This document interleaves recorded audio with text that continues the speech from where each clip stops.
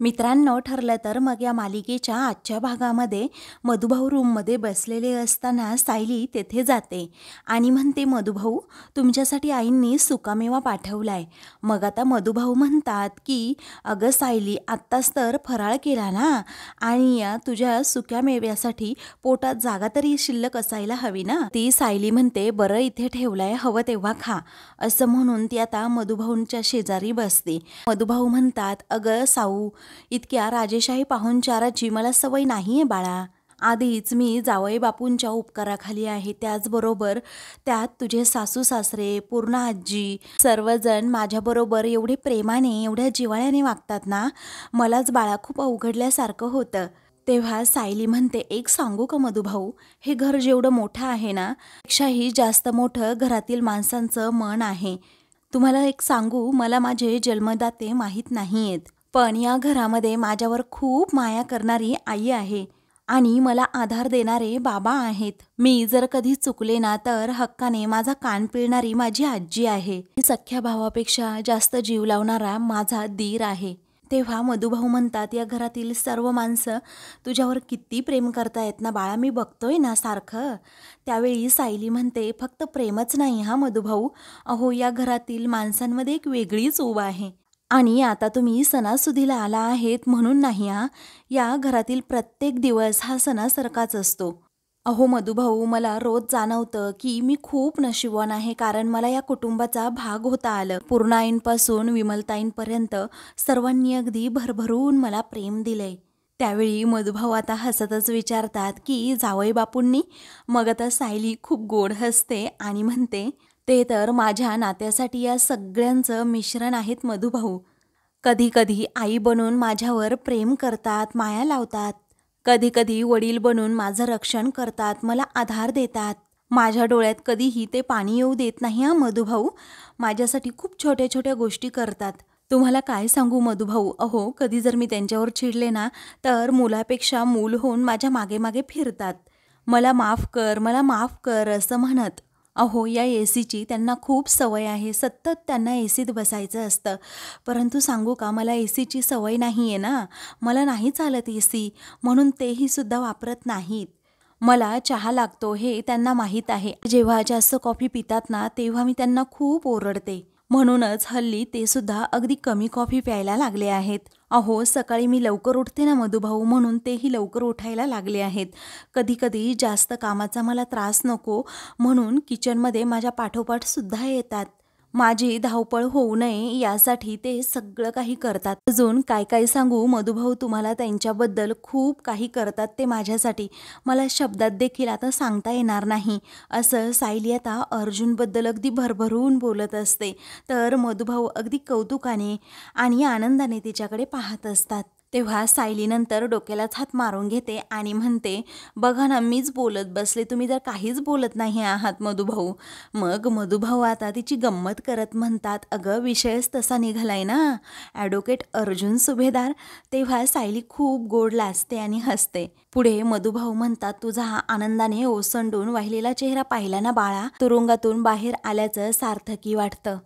अजून एक सांगू तुला खरं साऊ, मला आयुष्यात काहीही नको, तू आणि जावई बापू आयुष्यभर एकमेकांवर असंच प्रेम करत राहा आणि दोघेही अगदी सुखाने संसार करा. तेव्हा सायली म्हणते, माझं स्वप्न तर तेच आहे मधुभाऊ, परंतु हा निर्णय माझ्या एकटीचा नाही ना असू शकत, असं ती आता मनात म्हणते. कारण यांच्या मनामध्ये माझ्याबद्दल प्रेम आहे की आपुलकी हेच मला माझं कळत नाहीये. इकडे आता हॉलमध्ये घरातील सर्वजण गप्पा मारत असतात. त्याचवेळी आता अर्जुन आणि चैतन्य हे दोघेही तेथे जिन्याजवळ उभे असतात. कारण खूप वेळ झाला आहे सायली आणि मधुभाऊ बोलत आहेत.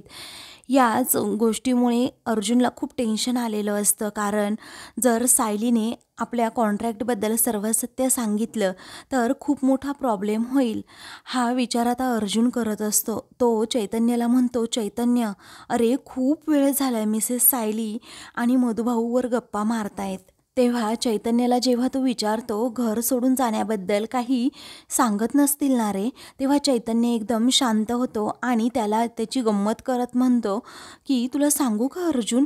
अर्जुन आता एकदम एक्साईट होऊन विचारतो, काय बोल ना पटकन. मग आता चैतन्य म्हणतो, नाही रे, मला काहीच अंदाज बांधता येत नाही. असं जेव्हा तो अगदी शांतपणे म्हणतो तेव्हा आता अर्जुन म्हणतो, गप्प बस, काही पण बोलतोस. चैतन्य म्हणतो, अर्जुन पण एक गोष्ट नक्की आहे हा. तेव्हा अर्जुन विचारतो, कोणती रे? मग आता चैतन्य म्हणतो की म्हणजे जेव्हा तू मधुभाऊंना सोडून घेऊन आला ना, तेव्हा त्याच्या अगोदर तुझ्यावर चिडले होते हे खरं आहे. अर्जुन म्हणतो, हो, त्याचं काय मग? तेव्हा चैतन्य म्हणतो, त्यानंतर म्हणजे मधुभाऊंना सोडून आणल्यानंतर सायली वहिनींच्या चेहऱ्यावर जो आनंद होता ना, तो खरंच पाहण्यासारखा होता.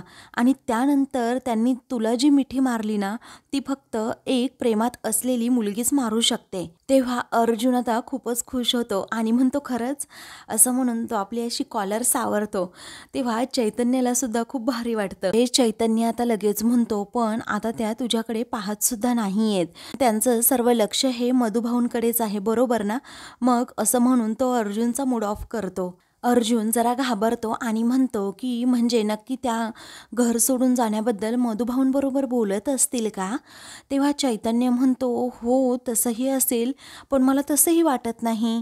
अर्जुन म्हणतो, तुझं चाललंय काय रे? एकदा हो म्हणतो, एकदा नाही म्हणतो. अरे तू ठरव ना एकदा, नक्की काय चाललंय तुझं? तेव्हा चैतन्य म्हणतो, अरे माझं काही ठरत नाहीये, पण मला एक शंका नक्कीच येतीये. तेव्हा अर्जुन विचारतो, आता काय? मग चैतन्य हसतच म्हणतो, तू जेवढा सायली वहिनीच्या प्रेमात आहे ना, तितकीच जर सायली वहिनी तुझ्या प्रेमात असेल तर? मग आता अर्जुनला अजूनच आनंद होतो. तेव्हा आता लगेच त्याला भास होतो की जेव्हा मी रूममध्ये होतो तेव्हा सायली आता तेथे आली. मग मी सायलीला म्हणालो की मला तुम्हाला खूप दिवसांपासून काहीतरी सांगायचंय. सायली जरा लाजते आणि विचारते, काय झालं, काय सांगायचंय? तेव्हा सायली आता विचारते, एवढं काय सांगायचंय, बोला ना. तेव्हा अर्जुन म्हणतो की मला हेच सांगायचंय की माझं तुमच्यावर, असं म्हणून तो सारखा अडखळत असतो, सायलीला घाबरत असतो. आपल्या मनातील भावना कशा व्यक्त कराव्यात तिच्यासमोर हेच त्याला कळत नसतं. आणि मग डोळे बंद करून सगळी हिंमत एकटवून म्हणतो की माझं तुमच्यावर खूप प्रेम आहे मिसेस सायली, पण तुमच्या मनात माझ्यासाठी नक्की काय आहे ना, हे मला माझंच कळत नाही. तेव्हा सायली आता अर्जुनकडे पाहतच राहते आणि हसते व खूप गोड लाजत असते. तेव्हा अर्जुन विचारतो, तुम्ही पण माझ्यावर प्रेम करता? मग सायली आता अजूनच लाजू लागते आणि आपली नजर दुसरीकडे करते. आता अर्जुन तिच्याजवळ जातो आणि तिचा हात पकडत विचारतो, बोला ना Mrs Sayali, do you love me? असं म्हणून तो तिला पुन्हा पुन्हा विचारत असतो की बोला ना प्लीज, तुमचं आहे का माझ्यावर प्रेम?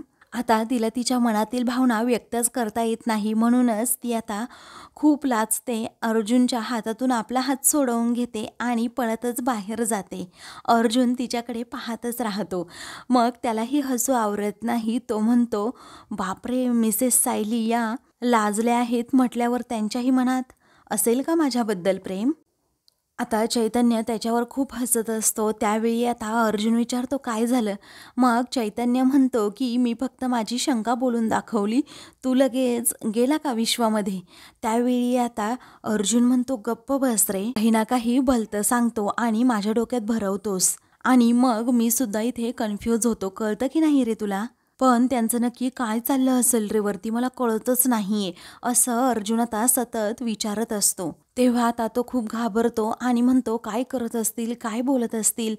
त्याला खूप काळजी लागलेली असते. तेव्हा कल्पना अर्जुनकडे पाहतच राहते. त्यानंतर आता कल्पना म्हणते, पूर्णाई, अहो बघताय ना, बायको 5 मिनिट काय नजरेआड झाली तर तुमचा नातू किती कासावीस होतोय. तेव्हा सर्वजण आता त्याच्यावर हसतात. मग आता चैतन्य त्याला खुणावत असतो की अरे जरा इकडे ये, पण तो ऐकतच नाही. त्यावेळी प्रताप म्हणतो, अरे बापले, गप्पा मारत बसले आहेत, जरा 1.5 वर्षांच्या त्यांच्या गप्पा साठल्या असतील, मारू देत की त्यांना गप्पा. पुढे आता अर्जुन म्हणतो, हो गप्पा मारत असतील ना, मारू देत ना त्यांना गप्पा. जर त्यांना कॉफी हवी असेल तर मी बनवतो त्यांच्यासाठी कॉफी. विमल म्हणते की नको नको, मी बनवते माझी कॉफी त्यांच्यासाठी. त्याचवेळी आता अस्मिता त्याच्याकडे पाहतच राहते. तर घरातील सर्वजण अर्जुनच्या या वेंधळेपणावर सुद्धा हसत असतात. मग अस्मिता म्हणते, काय रे, आमच्यासाठी नाही बनवली रे अशी कॉफी कधी? त्यावेळी अर्जुन तिच्याकडे दुर्लक्ष करतो आणि विमलला म्हणतो, मी येतो कॉफी बनवायला. त्यानंतर अर्जुन स्वतः आता किचनमध्ये जातो. इकडे आता घरातील सर्वजण अर्जुनकडे पाहतच राहतात, कारण तो सायलीवर किती प्रेम करतो हे सर्वांना समजत असतं. दुसरीकडे आता सायली आणि मधुभाऊ गप्पा मारत असताना अर्जुन आता तेथे जातो. तर सायली आता पटकन तेथून उठते. तेव्हा अर्जुन म्हणतो की हे घ्या सायली, तुमच्यासाठी गरमागरम आल्याचा चहा आणि मधुभाऊंसाठी अर्जुन सुभेदार स्पेशल कॉफी. मधुभाऊ विचारतात, तुम्ही स्वतः बनवली जावई बापू ही कॉफी? तेव्हा आता अर्जुन म्हणतो, हो. त्यावेळी मधुभाऊ कौतुकाने दोघांकडे पाहतच राहतात आणि म्हणतात, माझ्या लेकीने नशीब काढलं ना, म्हणून तुमच्यासारखा नवरा तिला मिळाला. त्यावेळी अर्जुन म्हणतो, ॲक्च्युली नशीब मी काढले मधुभाऊ, कारण मला सायलीसारखी बायको मिळाली. तेव्हा सायली आता अर्जुनकडे पाहतच राहते. ती खूप गोड लाजत असते. मग अर्जुन म्हणतो, मधुभाऊ तुम्ही थांबणार आहात ना, म्हणून सायली पण पहा ना किती रिलॅक्स आहे आणि आता तिला कसलीही घाईसुद्धा नसेल. अर्जुनचं हे कोड्यातलं बोलणं मधुभाऊंना समजत नाही. ते त्याच्याकडे पाहतच राहतात. मग विचारतात, काय सायलीला कसली घाई होणार आणि ती कुठे जाणार आहे घाई करून? अहो, आता सायली तर कुठेच जाणार नाही. तुमचा संसार ती इथे राहून उजळवणार आणि जर इथून पुढे ती आलीच ना कधी माझ्याकडे, तर फक्त 2 दिवसांसाठी माहेरवाशीण म्हणून येईल. काय ग साऊ, बरोबर आहे ना? तेव्हा सायली हो असं म्हणते. तर अर्जुन तिच्याकडे पाहतच राहतो. दोघेही एकमेकांकडे आता पाहू लागतात. अर्जुन पुढे म्हणतो की बरं, तुम्ही कॉफी संपवून पटकन खाली या हा मधुभाऊ, कारण सर्वांना तुमच्याबरोबर गप्पा मारायच्या आहेत. तेव्हा मधुभाऊ म्हणतात, हो येतो मी, आलोच हा. अर्जुन आता पुढे जातो. तर सायली विचारात पडते, आता घरच्यांना काय गप्पा मारायच्या असतील मधुभाऊंबरोबर? मग ती आता विचार करत राहते. दुसरीकडे रविराज एकदम अस्वस्थ असतो आणि त्याला खूप टेन्शन आलेलं असतं की हा गुंता सोडवायचाच कसा, प्रियाने एवढं मोठं कारस्थान करून ठेवलंय. तेव्हा त्याला आता सगळं काही आठवतं. ज्या प्रकारे अर्जुनने अगदी कोर्टात केस लढतात ना, तसं अर्जुनने आता प्रियाचं पितळ उघड केलेलं असतं की मला घरी डिवोर्स नोटीस पाठवून सायलीची खोटी सही करून कशाप्रकारे आम्हाला वेगळं करण्याचा ही तन्वी प्रयत्न करते. आणि खरं तर रविराजला सुद्धा हे अजिबात मान्य नसतं. म्हणूनच तो आता खूप टेन्शनमध्ये असतो. त्याला हे सगळं आठवल्यानंतर प्रियाचा देखील खूप राग आलेला असतो. पण आता आपलीच मुलगी आहे म्हटल्यावर काय करायचं हाही प्रश्न त्याच्यासमोर असतोच. मग आता तेवढ्यातच प्रतिमा तेथे येते आणि त्याच्याकडे पाहतच राहते. त्याच्या पाठीवर हात ठेवणार असते, पण पटकन नकळतपणे हात मागे घेते आणि त्याला विचारते की काय हो, तुम्ही खूप अस्वस्थ आहात ना?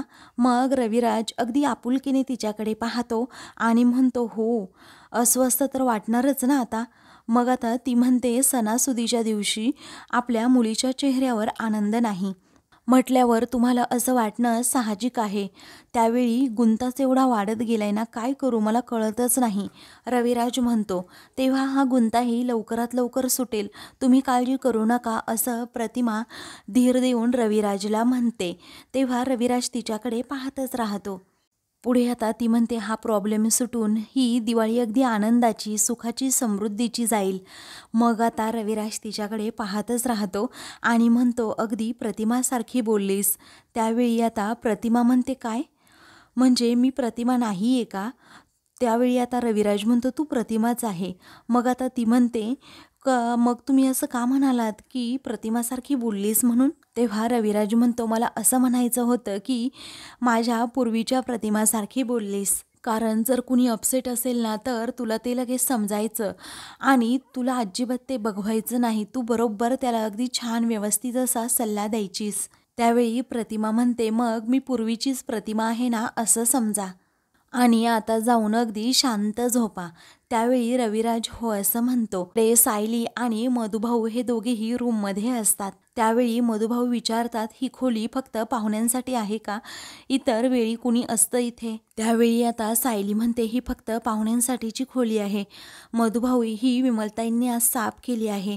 मला जर माहीत असतं ना की तुम्ही येणार आहात म्हणून, तर मी स्वतः साफ केली असती आणि इथे छान छान फुलं सुद्धा लावून ठेवली असती. त्यावेळी मधुभाऊ म्हणतात, पण तुझ्या नवऱ्याला ना तुला सरप्राईज द्यायचं होतं. अगं, काल कोर्टामध्ये तू असायला हवी होतीस. त्यांनी काय कमाल केली तुला माहिती आहे का? कोर्टामध्ये नुसते विजेसारखे तळपत होते ते. आणि आज सकाळपासून कागदपत्रांची पूर्तता करण्यासाठी अगदी धावपळ करत होते. का तर दिवाळीच्या दिवशी आपल्या दोघांची भेट व्हावी म्हणून. तुला सांगू का एक साऊबाळा, तू नशीब काढला आहेस. इथलं घर, इथली माणसं अगदी लाख मोलाची आहेत. तेव्हा मधुभाऊंच्या तोंडून हे कौतुक ऐकून सायलीला खूप छान वाटत असतं. त्यावेळी मधुभाऊ पुढे कौतुकानेच म्हणतात, आता बघ ना, तूच गंमत बघ. इथल्या एवढ्या जागेमध्ये आपल्या इथे 5-6 जण अगदी दाटीवाटीमध्ये झोपले असते, पण इथे पाहुण्यांसाठी अगदी वेगळी खोली. अगं, तुझं घर नाहीये हे, महाल आहे, महाल. तेव्हा आता सायली एकदम शांत होऊन जाते आणि मनात विचार करते की मला अजूनही माहीत नाहीये की हे घर नक्की माझं आहे. त्यावेळी मधुभाऊ विचारतात की साऊबाळा, अगं काय झालं, कुठे हरवलीस, कसला विचार करतीये? तेव्हा सायली म्हणते, काही नाही मधुभाऊ, मी सगळ्यांचा विचार करते. आता आपलंच बघा ना, आपल्या घरामध्ये कुणाचंही अगदी असं रक्ताचं नातं नव्हतंच. आपले अगदी मायेचे बंध होते. आपल्या घरात एकमेकांबद्दल जशी माया आपुलकी होती, जशी ऊब होती ना, तशीच ऊब सुद्धा या घरात आहे. सर्वजण एकमेकांवर किती प्रेम करतायत हे तुम्ही पाहिलंच असेल. कारण तुम्ही बघा ना, मी या घरात कधी आले आणि इथल्या माणसांनी कधी मला आपलंसं केलं हे माझंच मला कळत नाही. अहो मधुभाऊ, इथली माणसं ना, असं म्हणून ती पुन्हा डोक्याला हात मारून घेते आणि हसते. त्यावेळी ती म्हणते की जर मी आता सुभेदारांबद्दल बोलत बसले ना मधुभाऊ, तर पहाट होईल आणि आपल्याला कळणार सुद्धा नाही. त्यावेळी मधुभाऊ म्हणतात, पण तुला एक सांगू का सायली, अशा गुबगुबीत मऊ आणि गादीवर झोप येईल ना, मला असं काही वाटत नाही. कारण मला आता अशा जेलमधल्या खडबडीत जमिनीची सवय होऊन गेलीये. त्यावेळी सायली आता मधुभाऊंना धीर देते आणि म्हणते, आता तिथलं सगळं विसरा मधुभाऊ, कारण त्या जगामध्ये आपल्याला पुन्हा जायचं नाहीच आहे आणि आता तुमची निर्दोष मुक्तता हीच पुढची पहिली पायरी असेल. त्यावेळी मधुभाऊ म्हणतात, मी झोपतो, तू जा बरं. तेव्हा सायली म्हणते, नाही हा मधुभाऊ, आज मला तुमचे पाय चेपून द्यायचेत. तेव्हा जावई बापू तुझी वाट बघत असतील, अगं जा ना तू. त्यावेळी सायली म्हणते, नाही म्हटलं ना मधुभाऊ, एकतर किती दिवसांनी मला तुमची सेवा करायला मिळणार आहे मधुभाऊ. कारण जेलमध्ये तुम्हाला किती आणि कसा त्रास झाला असेल ना, हे मी नाही सांगू शकत. खूप काही भोगले मधुभाऊ, पण इथून पुढे अजिबात काही भोगायचं नाही, काही स्वतःला त्रास करून सुद्धा घ्यायचा नाही. मधुभाऊ कौतुकाने सायलीकडे पाहतात आणि म्हणतात, माझी लाडकी लेक काही ऐकून घेईल असं मला वाटत नाही. तेव्हा सायली आता मधुभाऊंना झोपायला सांगतेच. मग आता मधुभाऊ झोपतात आणि म्हणतात, तू काही ऐकणार नाही, मला माहीत आहे ना. मग आता जेव्हा मधुभाऊ झोपतात तेव्हा सायली आता अगदी आनंदाने त्यांचे पाय चेपू लागते, मधुभाऊंची सेवा करू लागते आणि मग मधुभाऊ हे कौतुकानेच तिच्याकडे पाहू लागतात. तेव्हा सायली आता मधुभाऊंचे जेव्हा पाय चेपत असते तेव्हा ती आता वेगळ्याच विचारात असते. तिला आता काहीतरी आठवतं आणि मग ती तोच विचार करते आणि मधुभाऊंकडे पाहते. तेव्हा मधुभाऊ हे अगदी गाढ झोपून गेलेले असतात. त्यांच्या चेहऱ्यावरील समाधान हे सायलीसाठी खूप महत्त्वाचं असतं. मग दुसरीकडे आता अर्जुन रूममध्ये असतो आणि तो सायलीची वाट पाहत असतो. रूममध्ये इरझऱ्या घालत असतो. तो आता म्हणतो, या ना पटकन मिसेस सायली, मला तुम्हाला काहीतरी सांगायचं आहे. मला हेच सांगायचं आहे की मी मधुभाऊंची केस ही डिले करत नव्हतो, प्लीज या ना लवकर, असं तो सारखं सारखं म्हणत असतो. त्यानंतर तो आता म्हणतो, मी त्यांना बोलवू का वर? पण काय करू ना कळतच नाही. त्यांना जर वर बोलवलं, त्या मधुभाऊंजवळ असतील आणि माझ्यावर पुन्हा एकदा चिडतील आणि माझ्यावर चिडल्यानंतर त्या बोलणारसुद्धा नाही आणि मग मी सुद्धा ऐन दिवाळीत अपसेट. काय करावं बरं, हाच प्रश्न आता त्याला पडतो. आणि काहीही करून त्याला सायलीला बरोबर बोलायचं असतं आणि सत्य सांगायचं असतं की मी मधुभाऊंची केस डिले करत नव्हतोच. तर सायलीला कसं रूममध्ये बोलवायचं ही आयडिया आता तो शोधून काढतो. तर आता मित्रांनो, पुढील भागामध्ये घरात सर्वजण बसलेली असतात. त्याच वेळी आता सुमन रविराज जवळ जाते आणि त्याला विचारते, भाऊजी, वहिनी कुठे गेल्या आहेत तुम्हाला माहीत आहे का? कारण मी सगळीकडे बघितलं, त्या घरात कुठेच नाही आहेत. त्या सर्वांना आता खूप टेन्शन येतं, कुणाला काय करावं सुचत नाही. अशी प्रतिमा अचानक गायब कशी होऊ शकते, हाच प्रश्न आता रविराजला पडतो. तर दुसरीकडे आता प्रतिमा ही सुभेदारांच्या घरी आलेली असते. तेव्हा प्रताप आता तिला आतमध्ये घेऊन येतो. मग आता ती पूर्ण आजीकडे विनंती करते आणि माफी मागते प्रियाच्या वतीने. म्हणते की तन्वी खूप अपसेट आहे, तिची एवढी चूक पदरात घाला आणि तुमच्या नातीला पूर्वीसारखं तुमच्या घरात येऊ द्यात, कारण खरंच तिला तिच्या वागण्याचा खूप पश्चाताप होतोय पूर्णाई. असं म्हटल्याबरोबरच आता घरातील सर्वजण प्रतिमाकडे पाहू लागतात, कारण प्रतिमा आता तन्वीची बाजू घेऊन सुभेदारांकडे आलेली असते आणि तन्वीला माफ करा असं म्हणत असते. तर आता मित्रांनो, अशाच मालिकेंचे पुढील भाग पाहण्यासाठी चॅनलला सबस्क्राईब करा.